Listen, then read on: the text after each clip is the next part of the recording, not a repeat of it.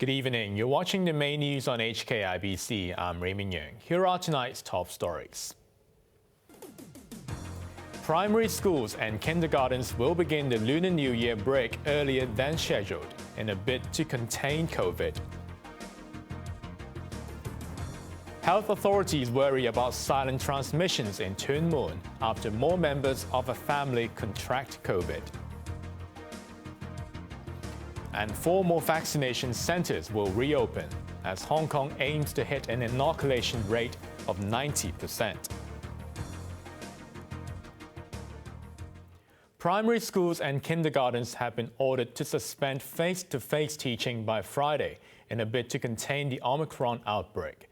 School principals said they had been expecting such a move and were ready to switch to online lessons.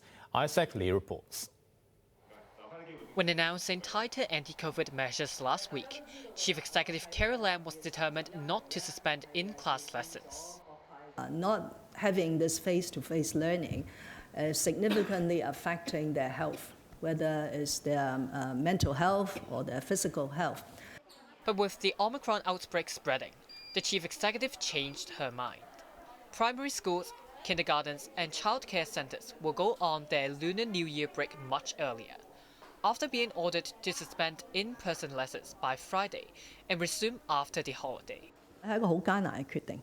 Lam said it was a difficult decision, but explained that 3 kindergarten students contracted COVID in the past week. Their close contacts, including teachers and classmates, have to be quarantined for 2 weeks. The Chief Executive denied that the suspension decision came too late, saying the education sector was divided on whether such a measure is necessary.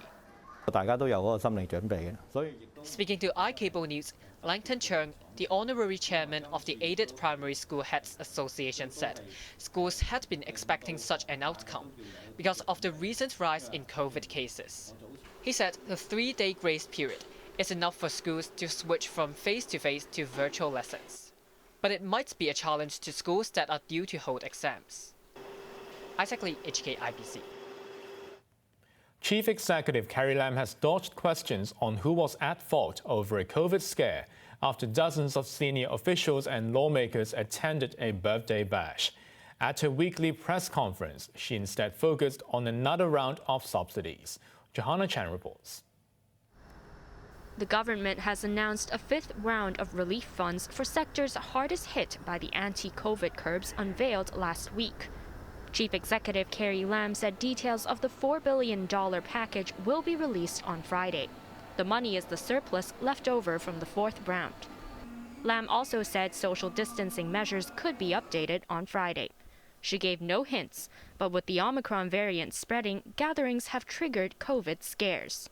One was last Monday's birthday party at Reserva Iberica for local National People's Congress delegate Whitman Hung. Dozens of senior government officials and lawmakers attended, and some who were there when a COVID patient was present were sent to Penny's Bay. Many blamed Cathay Pacific aircrew members for ignoring quarantine and government regulations. It is not a matter of fault finding. I hope people will move away from this talk about fault finding, who is the scapegoat of what. But she said the Wan Chai restaurant has questions to answer. A Cat D restaurant has a lot of requirements. For example, yes, it is allowed to operate in full capacity, but this restaurant, could it take in 200 people at the same time? For the customers, they have to use the Leave Home Safe. 2/3 of the customers have to be vaccinated. Have all of these been complied with? Authorities earlier said it was difficult to trace customers because there were no surveillance cameras. But on closer inspection today, there were at least 3 cameras near the front door and 5 in the back near the toilets. Staff of nearby shops said they had not seen officials asking for footage. China Property Resources, which manages the mall where the restaurant is located, refused to comment. Johanna Chan, HKIBC. The government will take legal action against Cathay Pacific if airline staff are found to have violated anti-COVID measures. The warning by the chief executive follows the emergence of at least 2 clusters triggered by aircrew who skirted quarantine. Cathay Pacific is a very big non-compliance because the air cargo crew should not have gone out during the quarantine at home.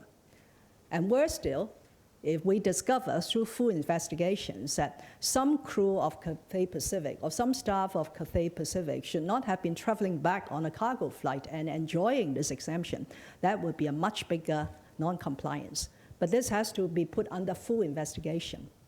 And we will take the legal action once we have the full evidence. There are fears of a silent transmission chain in Tuen Mun after 2 more members of a family that owns a pharmacy tested preliminary positive. And a penny-based security guard who lives in the district and also tested preliminary positive may be classified as an untraceable case. Johanna Chan reports. Authorities are trying to track the transmission chain of a 51-year-old penny-based security guard who tested preliminary positive today. The woman helped distribute supplies and carry baggage, but always wore full protective gear. We cannot exclude the possibility that he might have got the infection from work, but as she is also staying in Poteng in Tuen Mun area, so there is also a possibility that she acquired the infection from the local community. Also in Tuen Mun, the 47-year-old owner of Tung A dispensary was confirmed positive today. An infected aircrew member had visited his pharmacy on December 27th when he was there. His daughter tested positive yesterday. Today, 2 more members of the pharmacy owner's family tested preliminary positive. His 11-year-old son, who attends Pak Oi Hospital Mrs. Cheung Yam on Millennium School, had a fever last Monday, while the man's wife developed a fever 2 days later. Both visited a doctor at the Gold Coast, but neither was tested. The doctor was sent to quarantine as a close contact. We believe that there may be some silent transmission in the community, and we cannot exclude this possibility. That's why the government is arranging increasing the number of mobile testing centers in the Tuen Mun area up to 8 testing areas. Meanwhile, there were 2 more cases in the North Point office of CITIC Securities, where a person infected earlier worked. Other staff in the office have been sent to quarantine. There were also 5 other confirmed local infections today and 13 imported cases. Johanna Chan, HKIBC. Transit travelers from high-risk countries may be barred from Hong Kong later this week, according to sources. Bloomberg reported that airport officials have already briefed airlines and are set to bar travelers from Saturday to February 14th. But it added procedures are still being laid out.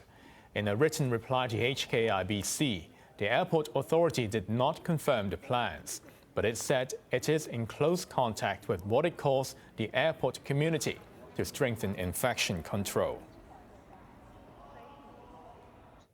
4 vaccination centers will reopen this month amid predictions that the city's inoculation rate will reach 90% by the end of next month. And children as young as 5 will be able to get Sinovac jabs in their schools. Isaac Lee reports. There have been queues outside community vaccination centers as people tried to get their hands on tickets to get a shot on the same day. The sudden spurt in interest for jabs may be linked to a move that will bar unvaccinated people from entering restaurants and leisure venues from February the 24th. Daily vaccinations more than doubled last week after the government announced the new policy. The rush for jabs continued this week. Nearly 20,000 people had their first shot yesterday, raising the vaccination rate for the first dose to over 74%. Chief Executive Carrie Lam says if this keeps up, Hong Kong will reach over 90% by the time the vaccine bubble takes effect. To cater to the increasing demand for vaccinations, 2 more centers in Sai Ying Pun and Prince Edward will reopen later this month. This comes days after the announcement that centers in Kowloon Tong and Kowloon Bay will also be back in operation, taking the tally to 14. Lam also said children as young as 5 can receive Sinovac jabs. But the vaccines will be administered by outreach teams sent to schools after the Lunar New Year holiday. Isaac Lee, HKIBC. A new Delta cluster in Shenzhen has triggered concern as the strain has not been seen before on the mainland. It's believed to have entered the country via contaminated food from overseas. Chloe Fong reports. Health authorities in Shenzhen, across the border from Hong Kong, suspect that the Delta cluster may have started from a worker in an international supply chain. 4 more infections have been detected since last Friday. 2 were a married couple who had undergone routine screening. Experts are baffled by the origin of the strain, which is different from previous cases on the mainland and Hong Kong. It is suspected that the mystery variant may have come from contaminated imported goods. Shenzhen residents have been advised to avoid buying overseas products. Some public venues in the tech hub have been closed as the mass testing program gets underway. The outbreak is expected to delay plans to reopen the border with Hong Kong. There were 110 locally transmitted cases across the mainland yesterday, up from 97 on Sunday. The central province of Henan led the list with 87 infections. In Yuzhou, which has been locked down for a week, the authorities are focusing on keeping enough daily supplies for the 1.1 million residents, but they have to book online in advance. Supplies from other cities are thoroughly checked before they are taken to supermarkets. The port city of Tianjin, which is just 100 kilometers from Beijing, had 10 more confirmed cases, taking the total to 49 as it tackles the Omicron variant. Chloe Feng, HKIBC. And coming up after the break, Kazakhstan says the violence that rocked the country was part of a coup attempt.